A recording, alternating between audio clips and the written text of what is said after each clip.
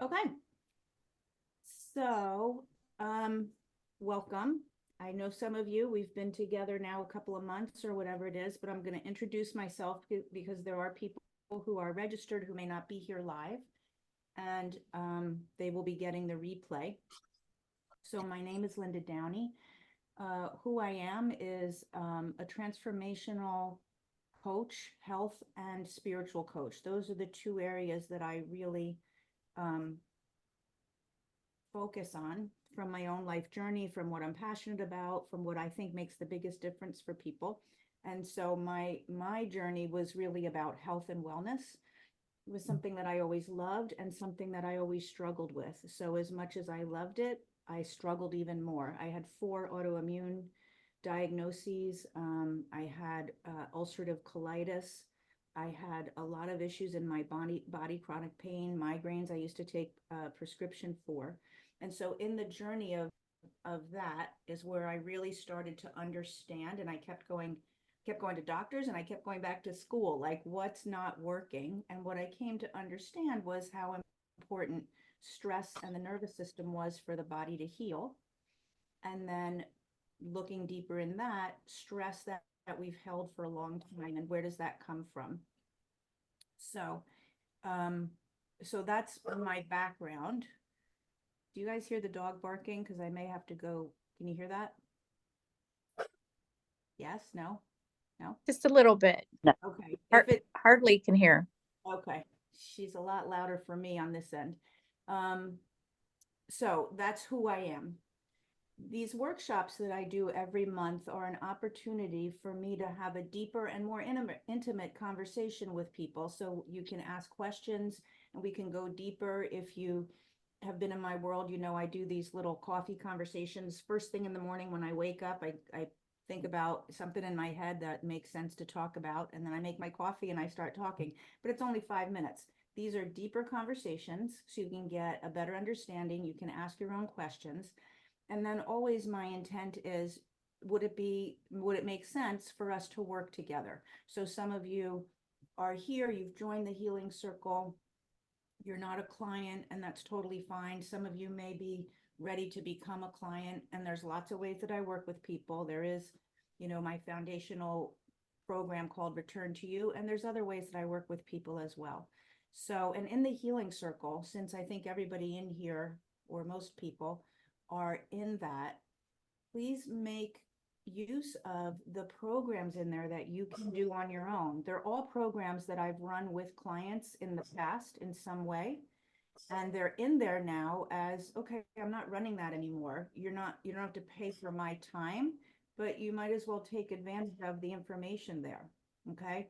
So in your Healing Circle dashboard, there's the links for these workshops and then the library. There's different categories of programs that you could do. Health. So I've got to take care of the dog. Hold on 1 second. I'm not stressed though. Can you tell? Because this is a stress workshop. I'm not getting stressed.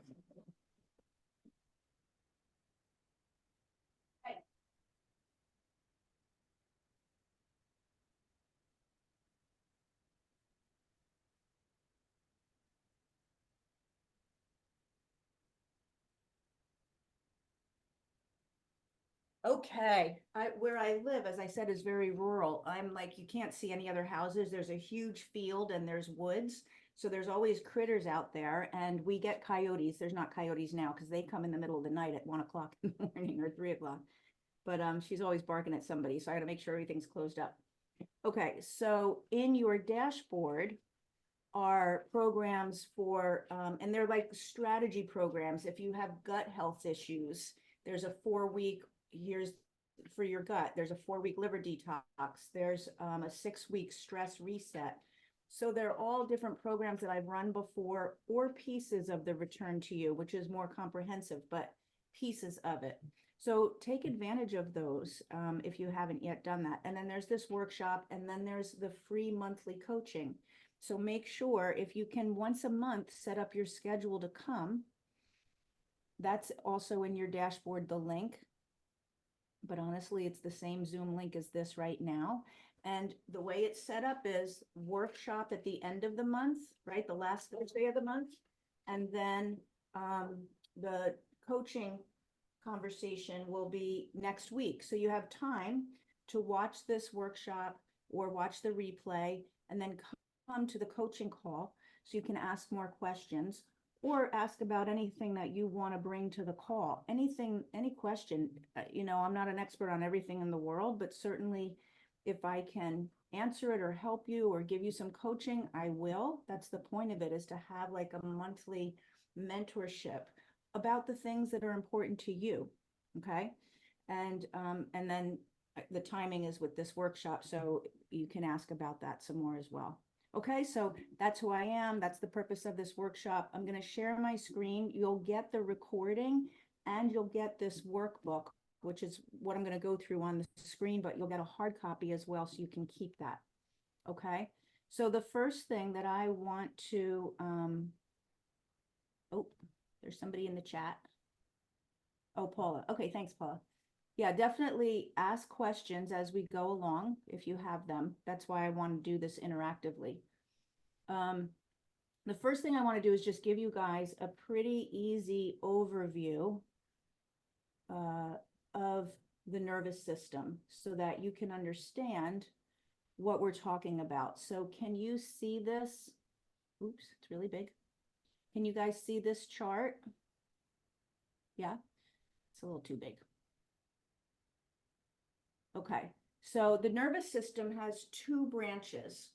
It's the autonomic nervous system, which means automatic. It's not the things like the nerves that would say, let me bend my elbow. It's the automatic things that go on in your body. So there's two branches. The parasympathetic, which is this side of the chart, is what is going on when you're rested and peaceful and happy and calm and there's no stress. And the sympathetic side is what's happening when you're in fight or flight, when you're upset, when you're angry, when you're fearful, all of those things. So I want you to understand what happens in the body.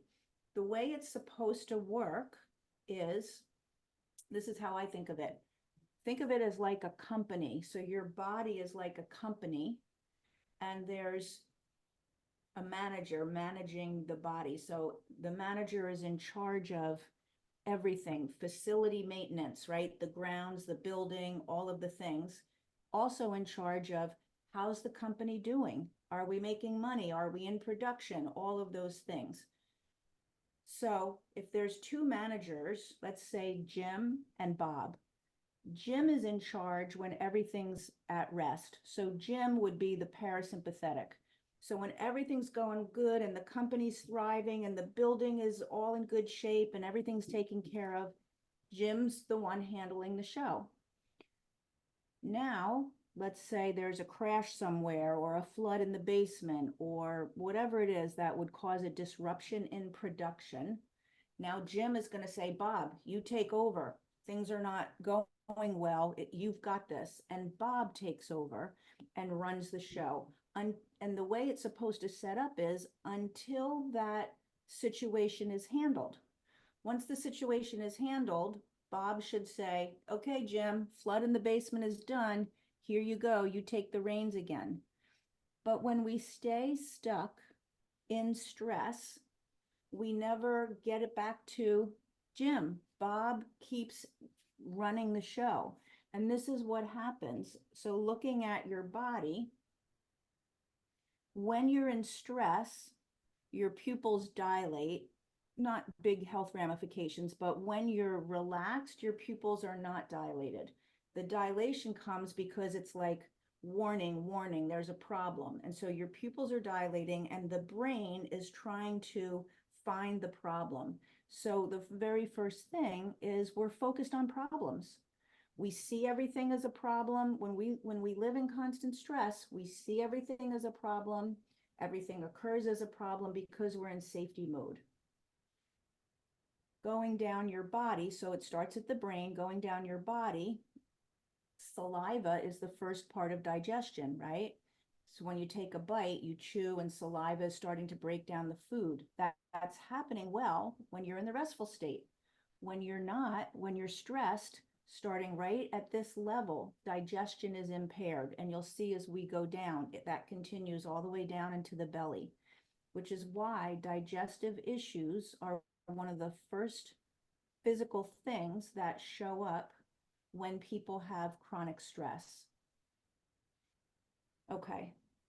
The airways, when we're relaxed, you're breathing fine. When you're stressed out, everything dilates and you start breathing faster. Your heart starts pumping faster because your body thinks you need to run or fight. I need this energy. I need oxygen to go and do whatever I need to do and handle it. And Bob's job is to shut everything down so that all the resources of the company can go to the problem.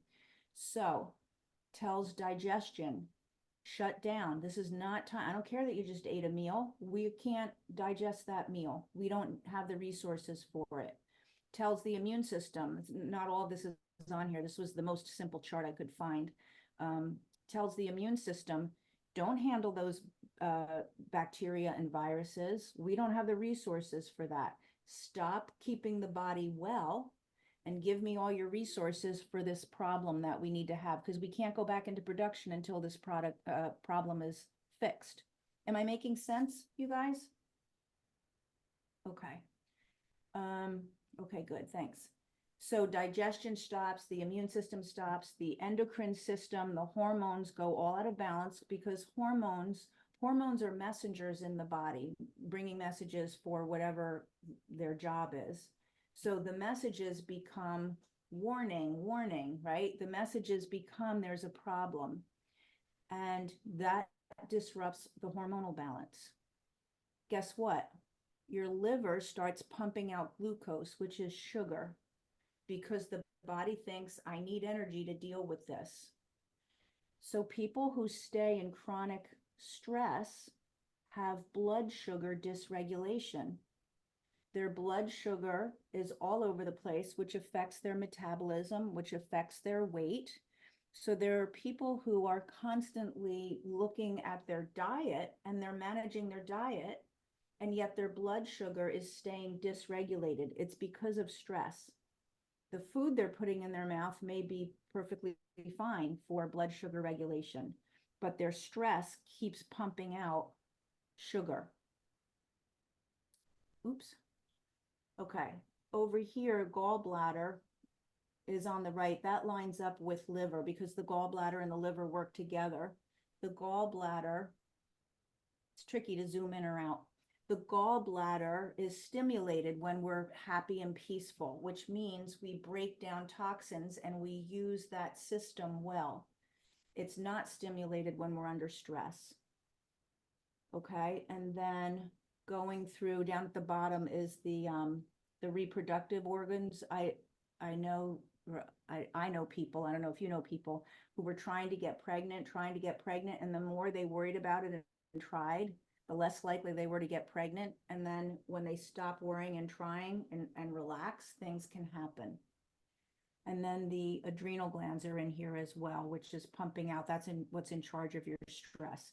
So let me stop sharing that. So that's an overview of how your body works in rest or in stress, okay? Now let's look at what's happening. And I'm trying to kind of go through this quickly so that we can get through all of it. So this next chart, this is actually shared from Dr. Nicole LaPera, who's a psychologist, LaPera. She shared this, so you'll see her name on it. And she did a really nice job in talking about the different states when we're in stress, what's happening in the body and what's happening in our thinking, okay? So the first state that you could be in would be safety, social, rest and digest, safe and social. People refer to it either way. This is the state where we feel safe enough to connect to other people. So that means you're in your household and your partner walks through the door. If you're in chronic stress and they walk through the door, you're now guarded, and anything that comes out of their mouth is going to feel threatening. Your brain is in problem mode. So anything that they say could elicit a defensive response, an anger response. When you're in connector mode, people can walk in and say whatever they say, and you have the ability, when you're feeling safe and peaceful, to take a step back and go, oh, why are you saying that? Like, you're able to just be curious without being defensive. You're able to hear their perspective without putting your sword and shield up. You know what I mean? So this is what's going on when we feel safe. I'm curious. I can see different perspectives. I can be able to hold contradiction and complexity. I can problem solve in my own brain, because the brain problem solving happens here. Stress happens here. When I'm rested, the front of my brain is active and talking to side. I can problem solve. When I'm feeling threatened, the amygdala, the reptilian brain, we call it, the back of the brain kicks in and takes over. And now I'm ready for a fight. Okay, but in connector mode, what's happening in your body? So this is the physiology. Remember, when I sent out this workshop, I said we're going to look at the physiology, what's happening in your body, and what's happening in your thoughts. And look to see, as we go through this, what do you resonate with? So in the physical body, you feel awake, relaxed, and alert. So not exhausted. When we hold chronic stress, we feel very heavy. We can feel tired because you can't sustain that. We're not meant to sustain it. Our body posture, if you were going to look at how people are just with their body, they have a relaxed, open body.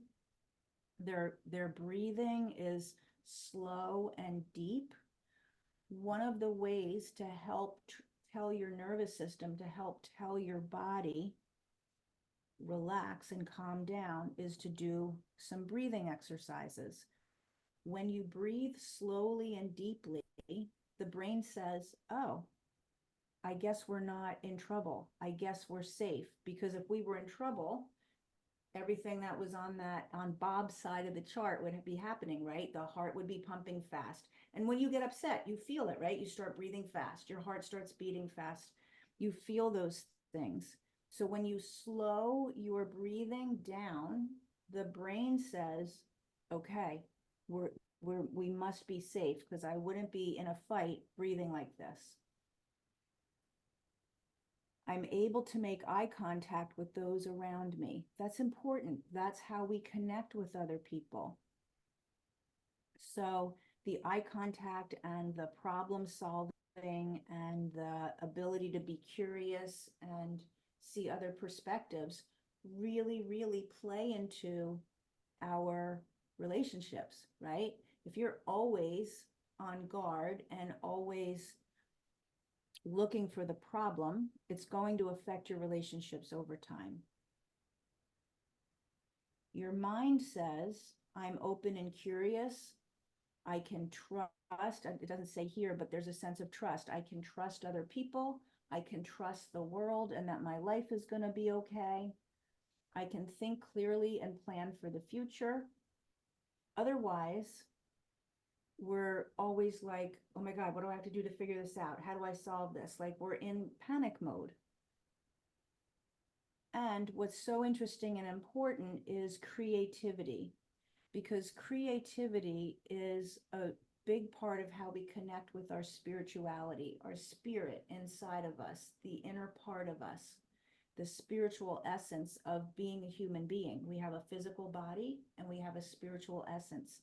Creativity is expressed when we're more connected to spirit, and when we are more in fight or flight or stress, we don't bother with creativity. It's like if you were running from the tiger, is it time to sit and draw a picture or create a meal or garden, whatever it is that's creative for you? No, you're not noticing the landscape, so you're not noticing what's beautiful around you, you're not noticing what works, you're not taking time to be creative, and your body has shut down digestion, the immune system, the hormones, all of that.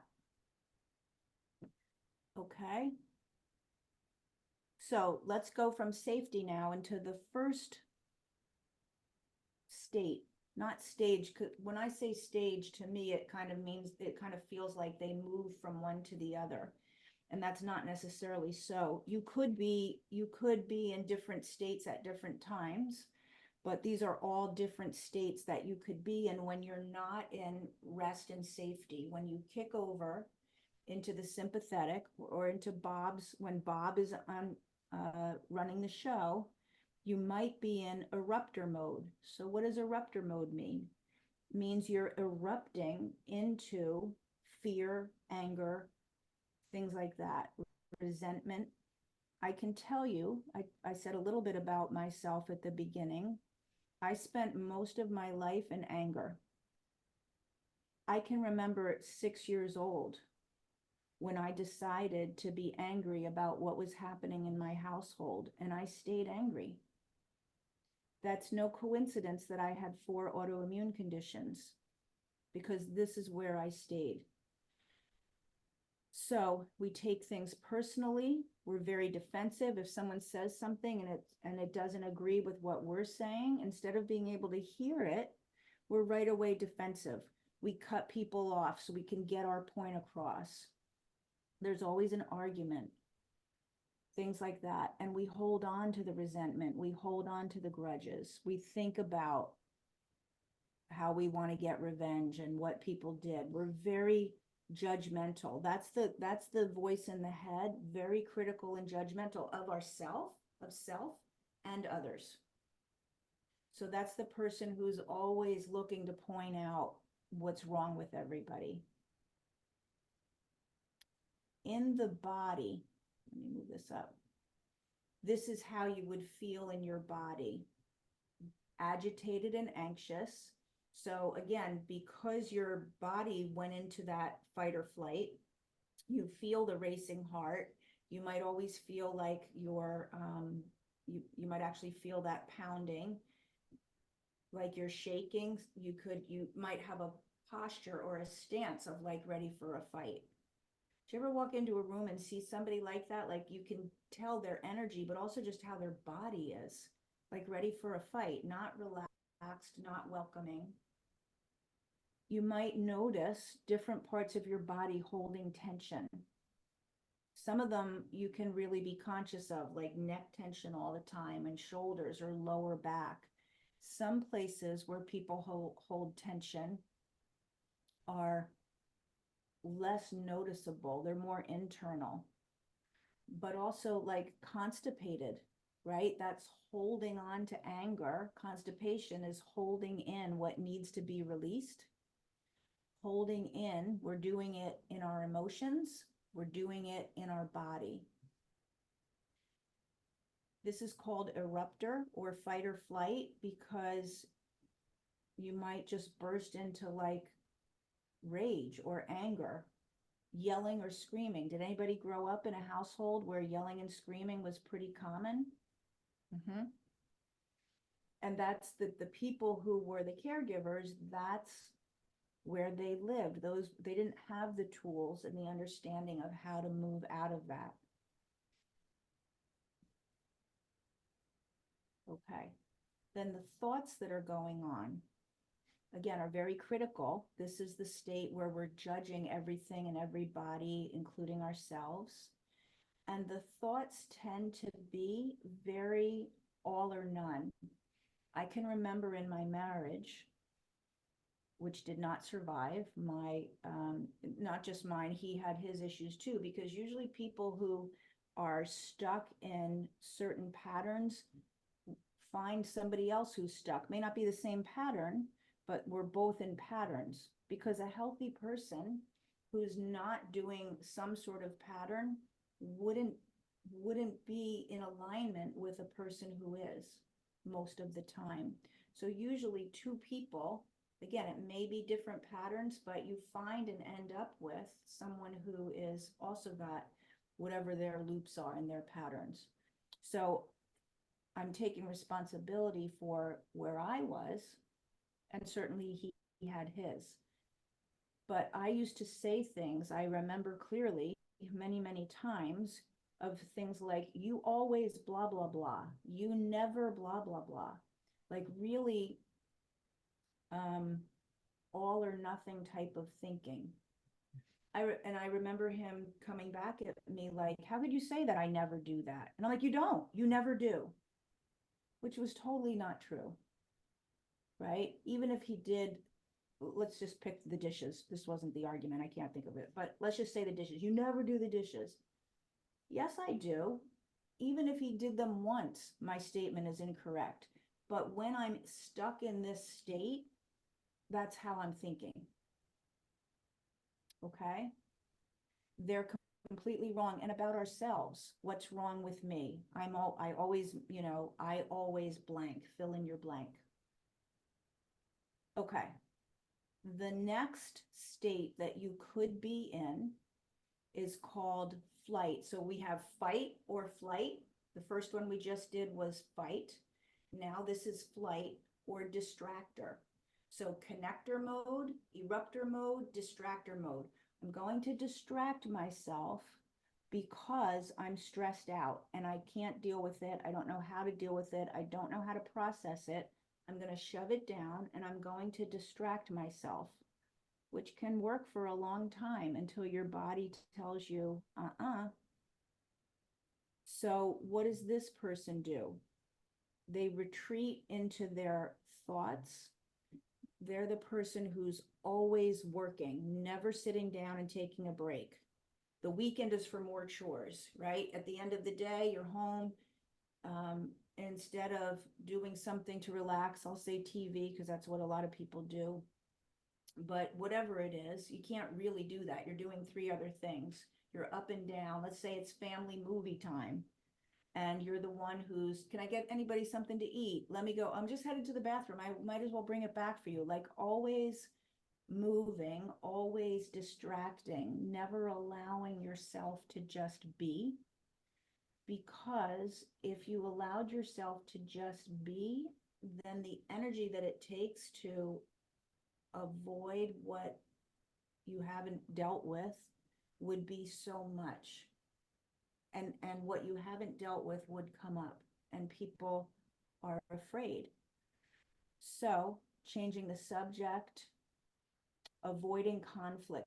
So ghosting people. I'm just not going to call her back. I'm just going to avoid her for a few weeks and then she'll forget rather than call somebody back or deal with it. So in the body, so hold on.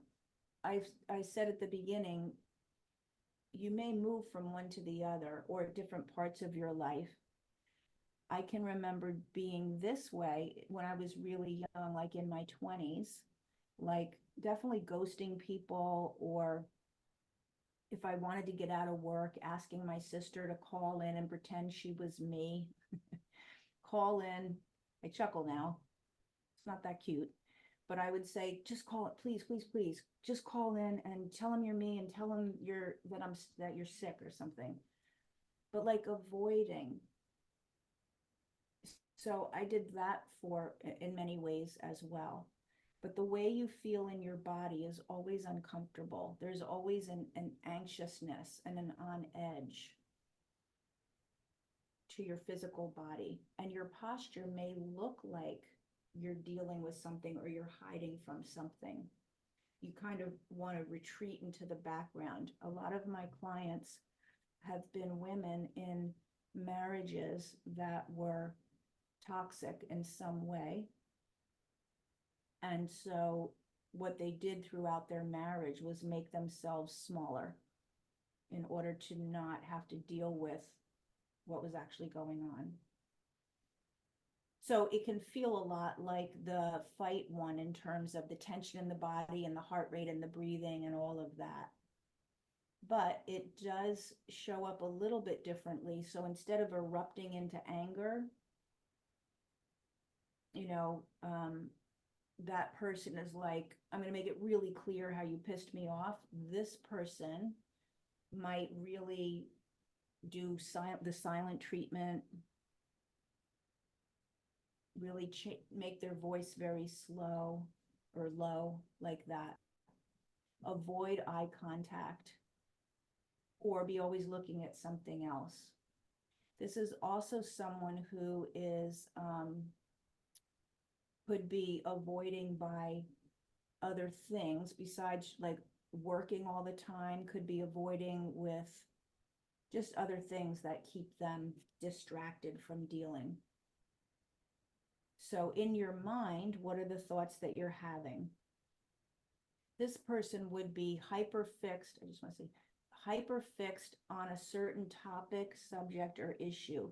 So those thoughts going over and over about a thing that happened, reliving it, replaying it. Why did the conversation go like that? Either worried about something that will happen or going over and over something that did happen. So they're hyperly focused. The other thoughts of the first one were the critical all or nothing thoughts, right? Very critical and judgmental. This person is like I said, just going over and over a subject. Why did the meeting go? Why did she say that? What did she mean by that? Why are they not calling me back? Like looping like that. And it takes them away from concentrating, right? Because they're so focused, hyperly focused on the problem. That's what the brain does. You have to teach your nervous system how to go back to Jim. Get out from Bob and go back to Jim. You have to teach your nervous system that, or the brain will stay in this loop with these kinds of thoughts. The next one is the freeze mode. So you've probably heard fight, flight, or freeze. Or if you haven't, now you are. Here's the freeze mode or being detached. And this is a way of numbing out.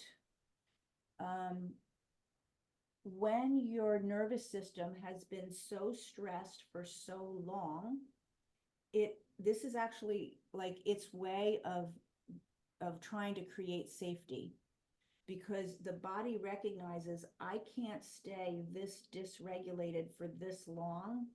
Something bad's going to happen, like my health and my body are going to shut down.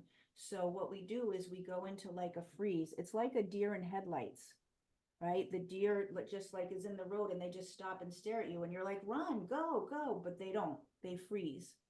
Animals do this all over the animal kingdom, and it is a protective mechanism. So think of like uh, um, an antelope out on the prairie, and the lion comes and catches it and is going to drag it back to where the cubs are so that they learn how to do the kill.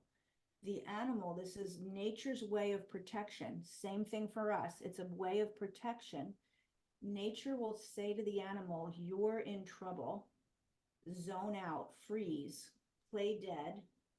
Part of it is play dead. So in case you get a moment where they're distracted, you can try to get away, or play dead and like dissociate so you're not really aware of the pain of what's happening.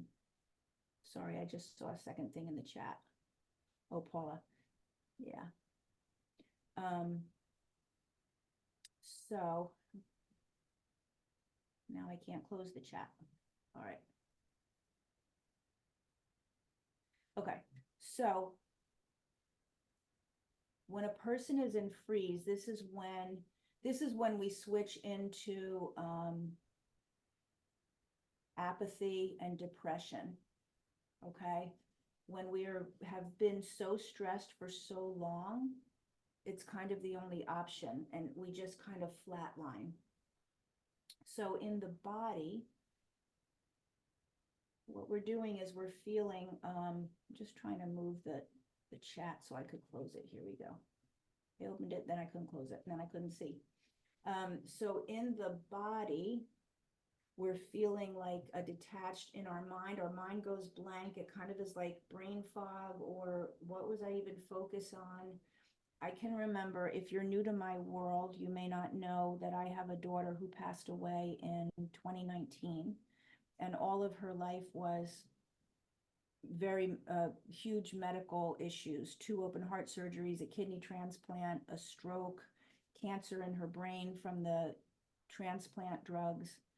So her whole life we were in the hospital, and I was definitely got into freeze and dissociated. I remember being for years kind of living numb like this, and just being like life is kind of surreal, like you're watching it out there.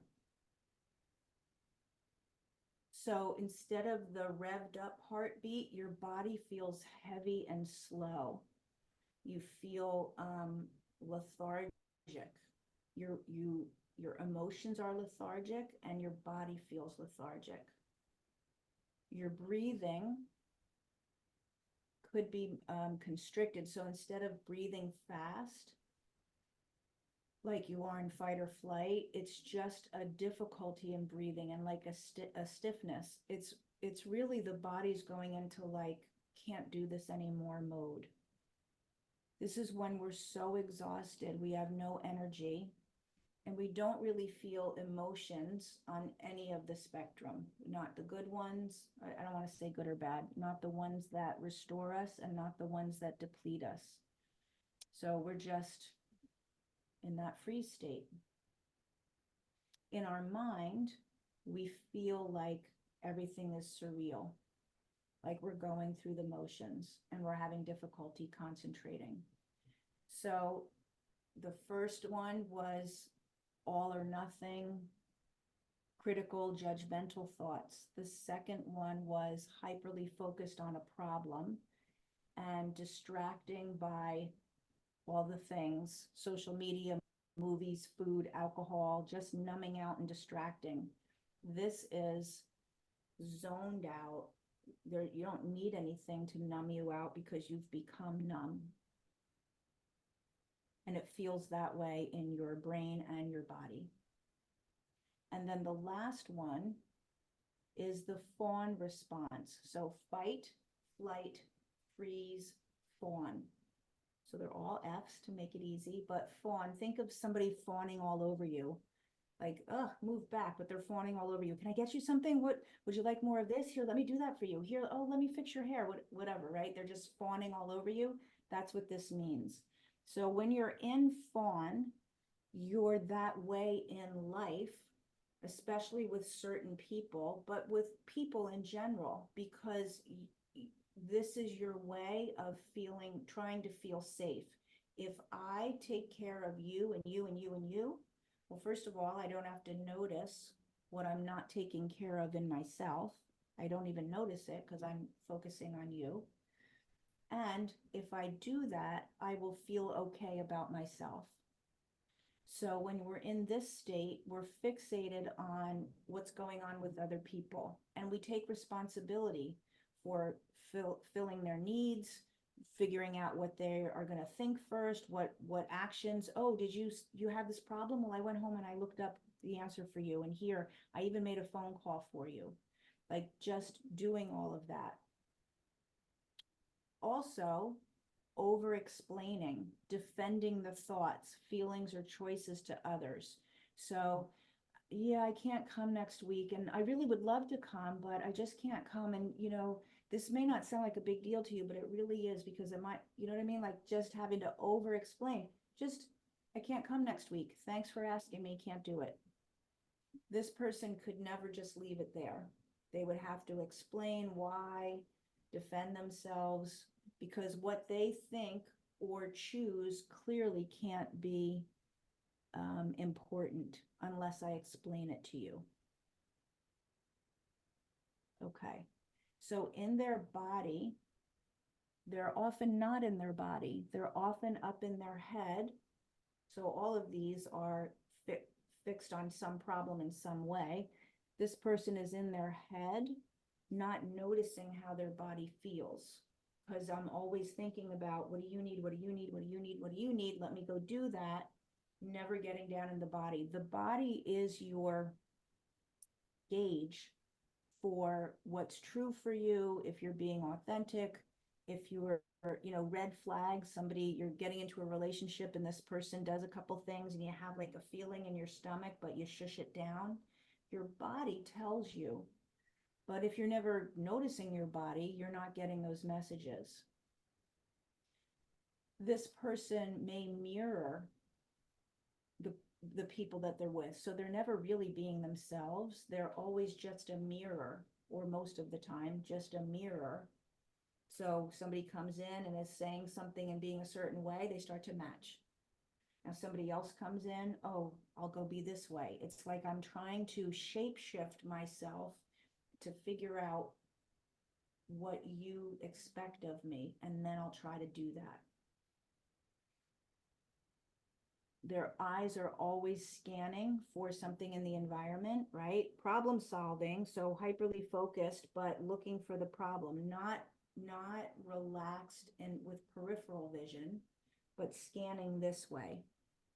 Okay. That may not seem like a big deal, but it tells us where the brain is at. And I hope we're going to have time. I want to do a quick exercise using your eyes to help you reset your nervous system. Okay. Any questions on that chart? Did you see yourself anywhere? Did anybody see themselves in safety and connector mode? Wah, wah. No. Okay. So that's the goal, is to teach your body and break your patterns so that you can be in safety and connector mode and not be living in, and any of the F's, fight, flight, freeze, or fawn. What I'd like to do, no, we'll do this next. Okay. So what I did was I made a list of some triggers that can keep people stressed. You may see some of your own triggers here. You may have other ones that are more specific to you or specific to certain people in your life. The reason I'm bringing up triggers is because what keeps us in a constant state of stress has a lot to do with how we learn to cope, what strategies we took on very early in our life in order to feel safe in the environment that we were in. And these things got created in the first 7 years of our life. So depending on your environment, and a lot of people, their environment was very normal in terms of common. Their households were just, my dad was an alcoholic. I heard a lot. My mother died when I was 4. My stepmother, I heard a lot of children are seen and not heard.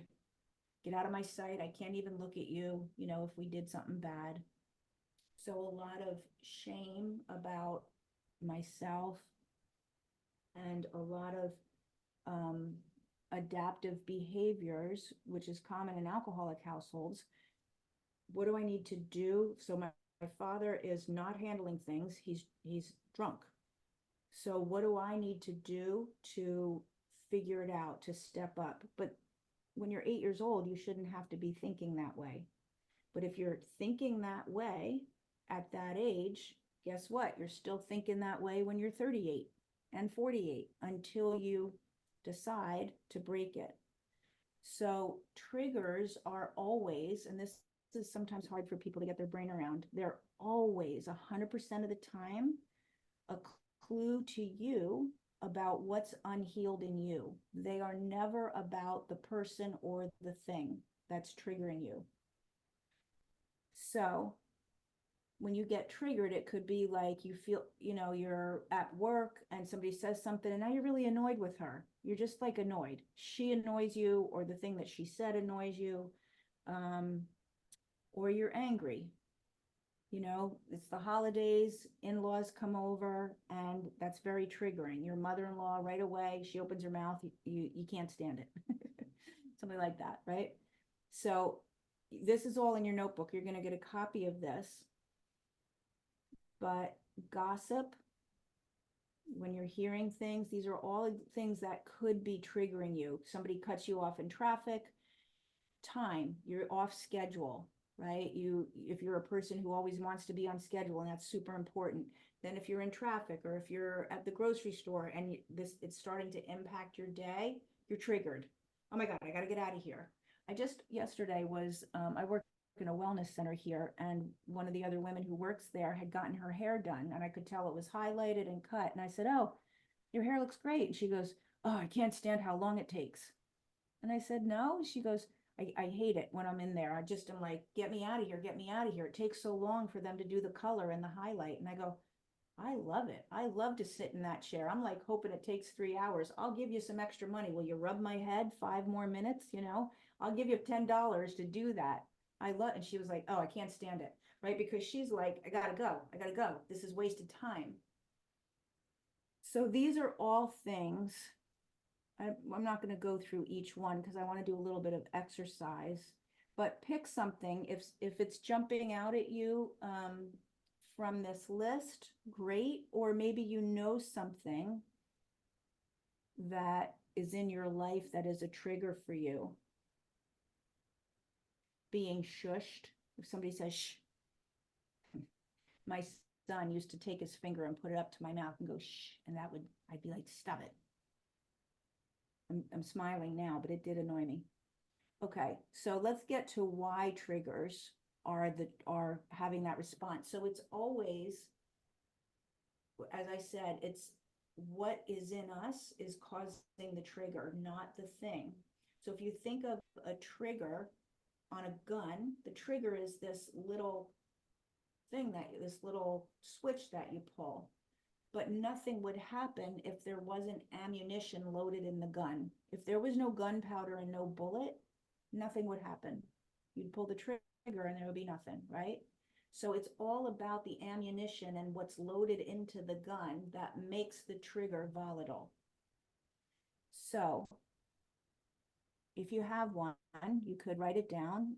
And by the way, let me just ask, does anybody have any questions? I'm kind of rattling, but I do really want this to be interactive. No questions. Okay. Think of the thing that you just picked as a trigger. What is in the background? What are you noticing? Is it you don't feel accepted? So you walk into and people are all talking at work and it gets quiet. Do you feel like, oh, they must have been talking about me? Or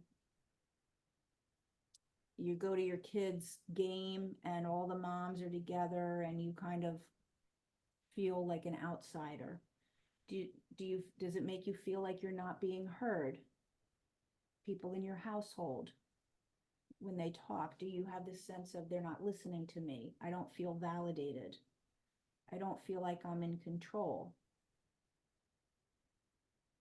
So what's the thing that's in the background of the trigger? There's a lot of them. So when you get this in your workbook, you can take some time and go through more than one thing. But what would be helpful to do is to look at your triggers, add your own, and really look what's in the background. Now, when I work with clients, we do a lot of work. What's in the background? When did you first feel that way? What was happening? What did you decide about yourself? We do a lot of work, several days of working together, several sessions. So this is kind of like a glimpse at it, but look at what your response is. What do you feel in your body? Get into your body. Where do you feel it?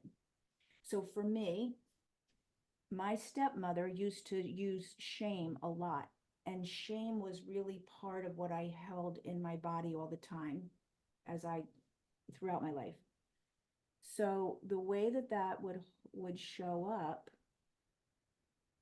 anytime somebody called me, let's just say a client, even years ago, even if I wasn't doing before I was doing this kind of work, somebody would call me and leave a message, and right away I'd feel shame in my body, and it would feel in my lower belly like a tightening, and here, like I'd get a sensation here, and the thought would be, I did something wrong, they're not happy with me.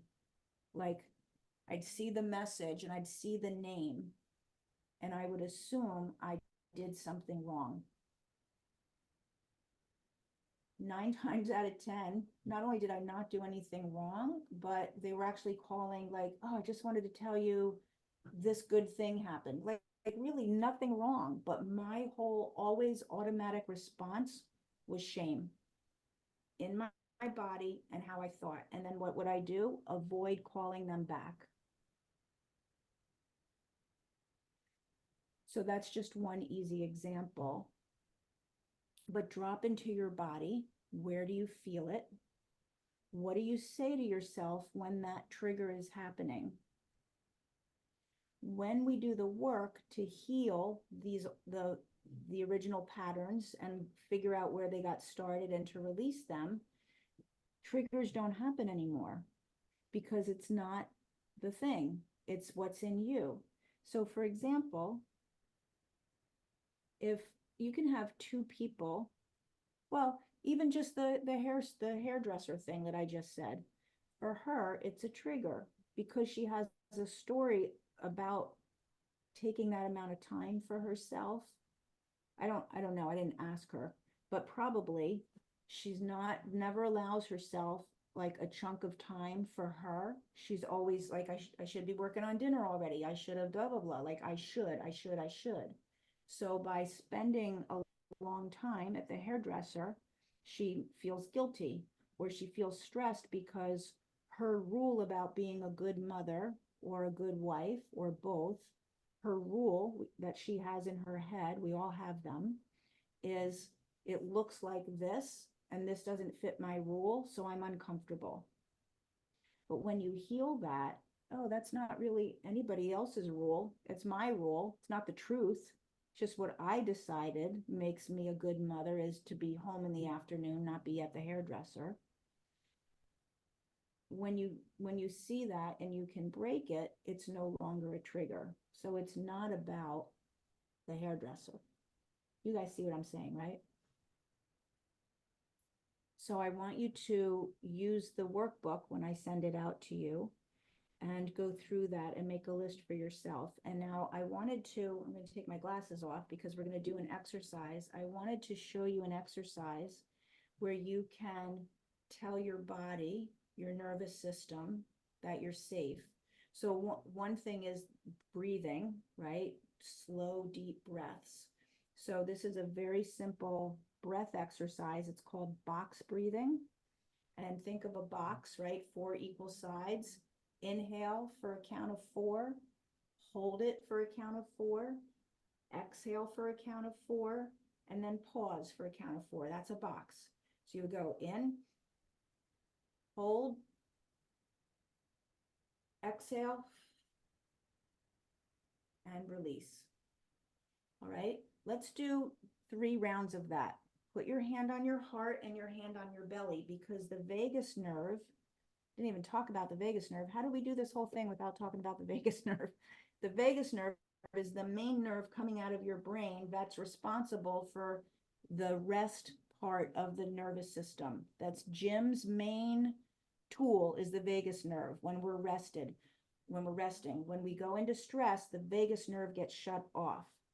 The vagus nerve comes down from your brain, wraps around to the front, and it goes all the way down to your abdomen. It ends up in your belly and it winds, it means wanderer.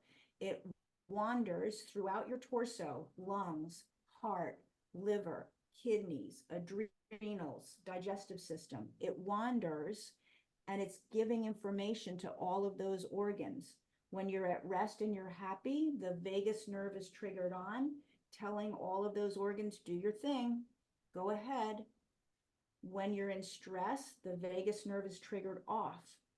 And then it communicates to all of those major organs, stop doing your things. We need to go elsewhere with our energy and our resources. When you stay in stress long enough, the vagus nerve doesn't remember how to turn on again. We have to stimulate it. So we're going to do the box breathing by putting your hand on your heart, because your heart center is the center for love. It's the center for connecting. And your other hand is at your lower belly, because energetically, we're going to send energy all the way down to the vagus nerve. It ends. That's another reason why digestive issues, right? If the vagus nerve is never getting back down to tell the digestion to turn on. So what I want you to do is stimulate the vagus nerve, go just behind your ears and rub just a little bit. You're just stimulating the nerve because it comes down from the cranial sacral area. So just, I don't know, 5, 6, 7, 8 rubs. Then put one hand on your chest, one hand on your lower belly. 4 counts in through your nose. Hold it. Exhale for 4. And pause. Second set in. Hold it. Exhale. And pause. We're going to do it one more time. Visualize a connection between your hands, an invisible electric connection. Deep breath in. Hold it. Exhale. And pause. So that's just an easy breathing exercise, but with your hands there, you're creating a connection energetically. We stimulated the vagus nerve first, so it was like, oh, something wants to turn me on, fire me up, okay? Now, another exercise that you can do, it's really great, especially if you're in acute stress or you're in that like freeze mode. Do this laying down.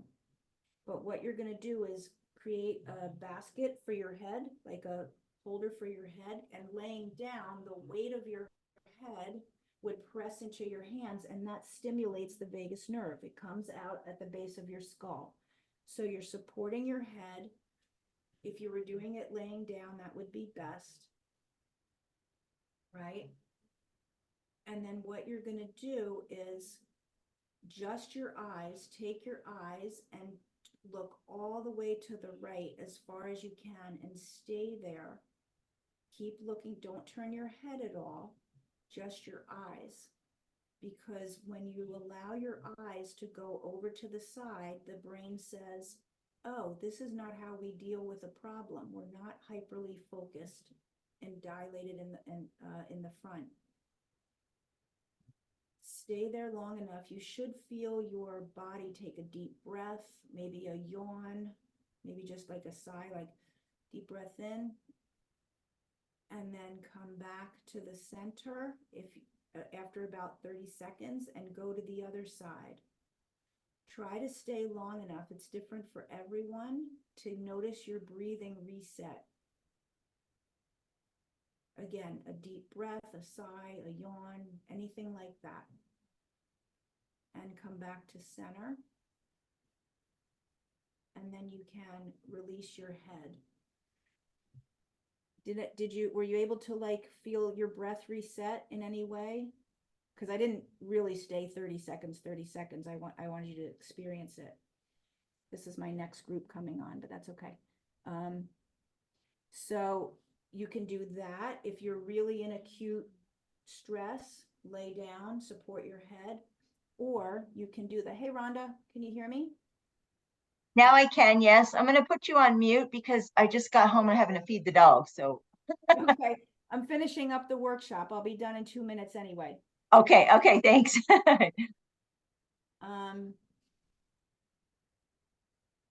Oh, the other one, if you just want to have something to practice regularly, you're not feeling like as acute stress, you would take your fingers right at the center and then move one hand as far out to the side as you can and follow it with your eyes. Can you see my eyes? Right? And then same thing, you stay there until your breath resets, and then you come back and follow. So you're not doing the head thing. You're not laying back, but it's still moving the eyes until you feel the reset. Hi, Breen. You could stay on. We're just finishing up my monthly workshop. We're just about done. So any questions on that? What's coming, they're coming on is on Thursday nights. I run a spiritual mastermind. It's a 1-year mastermind working on deepening our spirituality. So that's who's coming on right now. So any questions on any of that? So you have a breathing exercise. You have 2 options for eye movement to help you with your nervous system. You have some work to do on triggers and looking a little deeper. What am I saying to myself that's keeping me triggered?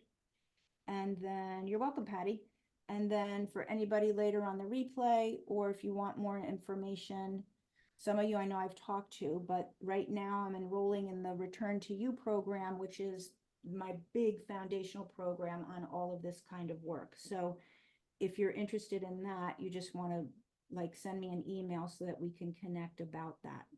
I'll get this recording to you maybe tonight or tomorrow, hopefully tonight, if it's rendered by the time I finish with my other group. Okay? It was really great to see you guys. Remember, if you're in the healing circle, next week is the coaching call that you get as part of that. So you can come after you've done some work. You could bring that to the healing circle coaching call or anything else. Okay. Have a great night, guys. Thank you. Thank you. Thanks for coming. I'm not going to end the meeting because my new people are coming in, so I'll just say goodbye. Bye, Shayna. Bye, Desiree. Okay.